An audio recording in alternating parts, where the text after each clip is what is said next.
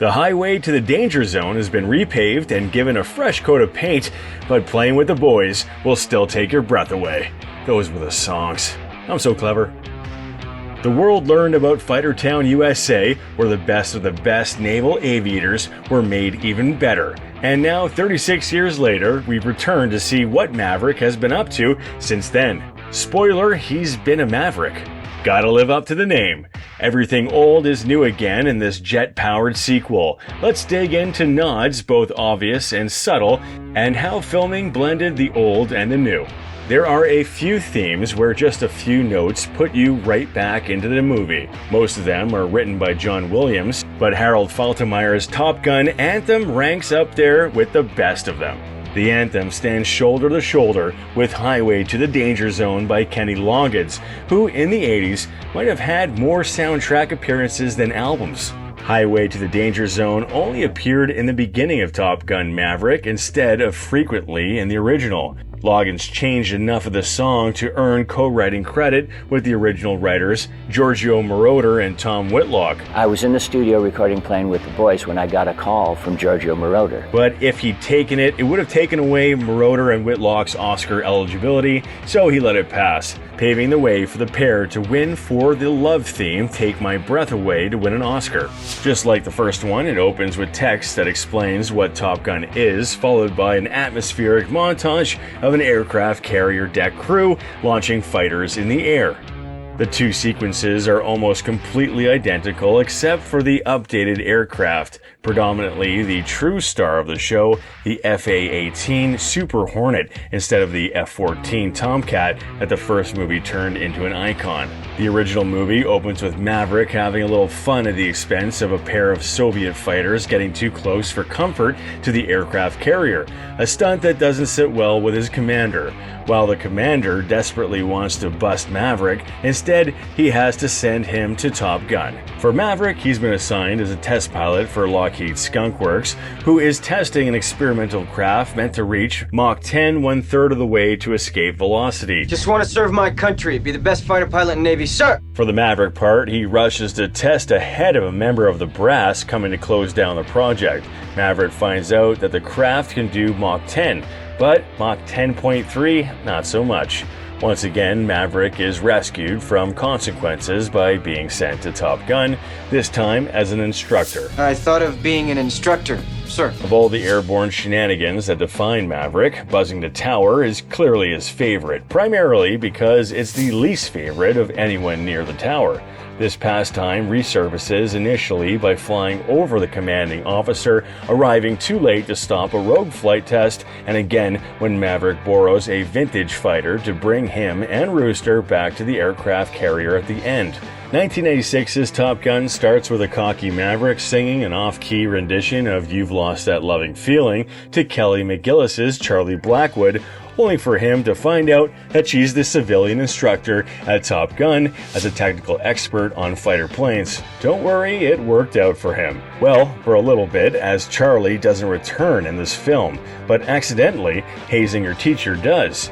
This time, it's in the form of new class hotshot hangman big-timing Maverick in the bar, only to find out he's the instructor. Top Gun introduced a lot of fighter jargon to the non-fighter pilot world. One thing we all became very clear about is that you don't go below the hard deck, the elevation limit for the fighter exercises. Maverick dips below to get Jester, voiding his victory and getting him in trouble with the instructors.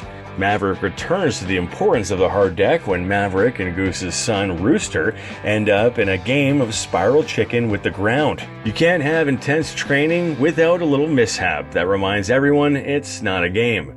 For the original, that was the famous flat spin that happens when Maverick ends up in Iceman's wash that results in the death of Goose. I feel the need for speed.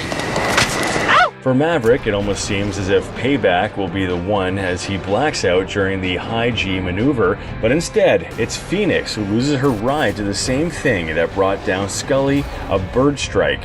It's alright though, she's Phoenix. She emerges from the ashes to participate in the final raid. While Top Gun is about dogfighting training, we never really learn any dogfighting tactics, mostly because they're kind of complicated to explain as they take place in 3D space and use terms like Immelmann and Split S. Instead, what we learn is that Maverick is a Star Wars fan.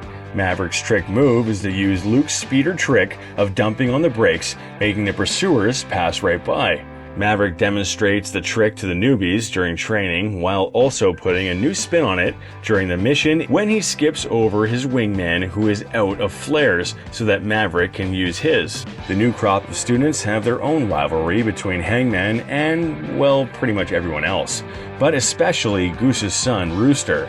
Like Maverick after the crash, Rooster has a problem with hesitation, but gets over it just like Iceman and Maverick, Hangman and Rooster shake hands as friends in the end. Top Gun made Fightertown USA, aka Miramar in San Diego, famous as the home of the fighter training program Top Gun, and Maverick makes the short trip from the Mojave Desert to San Diego to once again attend Top Gun. The only problem is, the fighter instructor training program known as Top Gun isn't in San Diego anymore. The United States Navy Strike Fighter Tactics Instructor Program, which is now the official name of Top Gun, was moved to Naval Air Station Fallon in Nevada in 1996, and the former Top Gun base converted to a Marine base, which would explain why this training exercise isn't displacing a current crop of Top Gun students. As has become custom for a Tom Cruise action film, there was a lot of emphasis on the filming to be as real as possible. The jet stars of the show were about as expensive as the actor star of the movie. For 1 hour of time with the F-18's production gave the Navy $11,374 per hour. The toll to get on the highway to the danger zone is really pricey. In the original Top Gun, alongside the real F-18 fighters, were fighters playing dress-up as MiG fighter opponents. Well, technology hasn't changed and dress-up has gotten a lot better, including digitally replacing an F-18 as the experimental jet that Maverick flies in the beginning of the movie. It's a fighter that doesn't actually exist, but does resemble experimental craft, including the SR-72, a proposed successor to the SR-71 Blackbird, famous for being the fastest plane we know of, and the primary ride of the X-Men. The Dark Star and proposed SR-72 achieved their super speed through a dual-engine setup. Then Scramjets take it up to crazy fast by having the air entering the engine remain past the speed of sound. There's a lot of effort put into making sure the F-18s don't have to face the fifth-generation fighters of the People's Republic of Rogue Statutopia, which in this case is a reasonable facsimile of the Russian-made Su-57. Americans can't know it was Russian. It will come back to me. Fifth generation refers to the current multi-purpose stealth fighters like the F-35. Naturally, Russia isn't handing out the latest stealth fighter for a 2-hour-long American patriotic cheerfest, though those had to be faked. The world was introduced to a then young Christian Bale jumping up and down yelling "Cadillac of the skies" as World War II P-51s attack a Japanese base in Spielberg's Empire of the Sun. P-51 Cadillac of the sky! The iconic fighter was the star of the fight for air superiority in World War II, and also Maverick's hobbycraft in the new movie. P-51s are rare and hard to come by, except not for Tom Cruise. That's because he already had one, so they used it for the movie. Was he the first late-night show that I asked? Hell no. He was just the first one, and the only one who said yes. While Charlie didn't come back for the new movie, it's pretty clear that Maverick has a type. Not just confident women, but women who like silver Porsches. Charlie chased down Maverick's Kawasaki Ninja and her Porsche 356 bathtub speedster in the first movie. For the second, director and Porsche fan Joseph Kosinski gave Penny a silver 1973 Porsche 911 RS. Bar business is good. The 911 RS is one of the most sought-after vintage 911s below its homologation stablemate, the Carrera RS. With less than 1,500 of them in existence, they'll take around $200,000 at auction. That car also came from Cruise's collection. Whatever Penny is doing with her money to acquire a rare, expensive Porsche and then use it as a daily driver, she's got nothing on whatever Maverick has been doing with his money. Located in the background of his dream hangar man cave is a green Aston Martin DB1.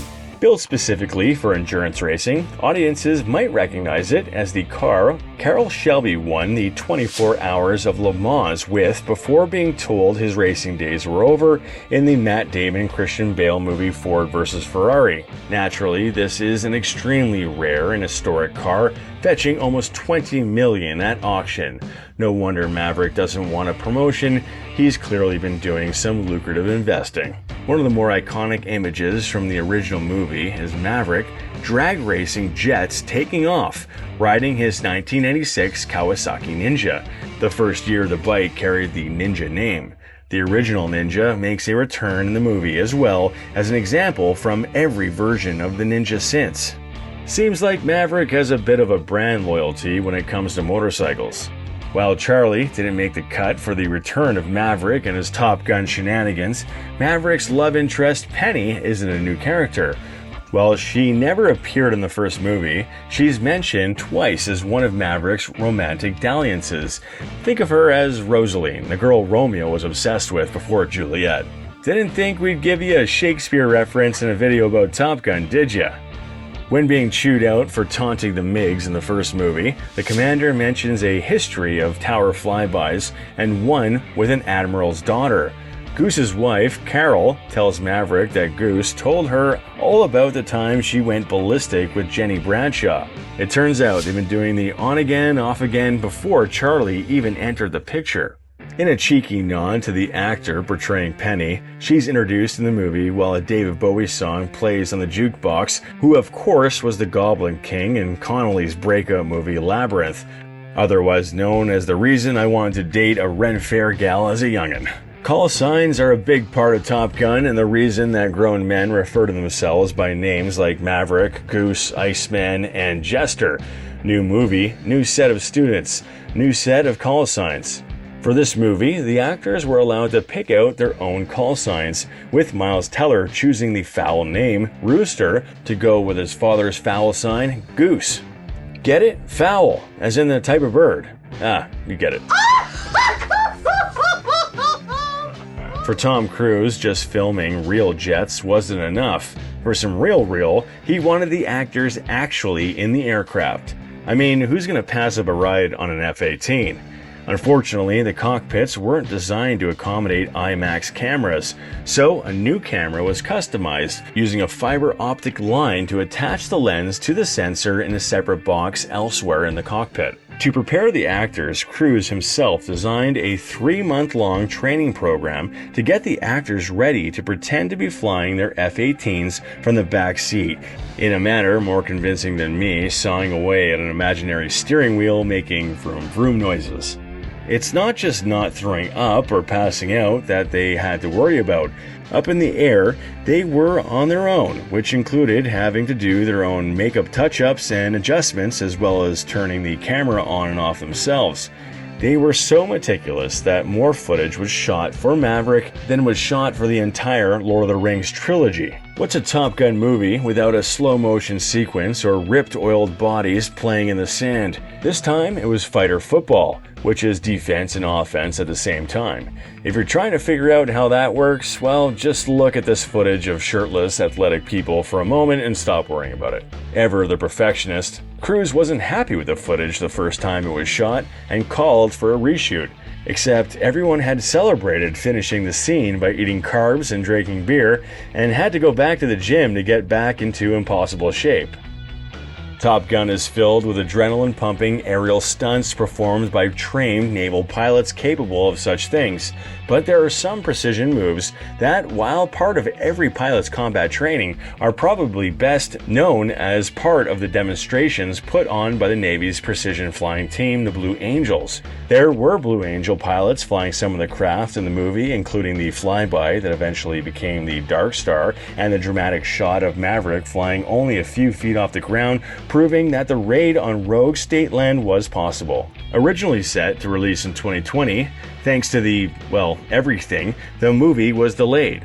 While other movies opted for short streaming windows or just going straight to streaming, crews insisted that the movie shot entirely in IMAX 6K wait until theaters reopen to be seen as intended. I mean, it would be a shame to waste all that on a computer screen with 2-inch speakers. Top Gun Maverick might be the first and only instance where we can use the term Chekhov's F-14. They show us that Rogue Statopia has one, and by the end of the movie, he flies it. Anton would be proud.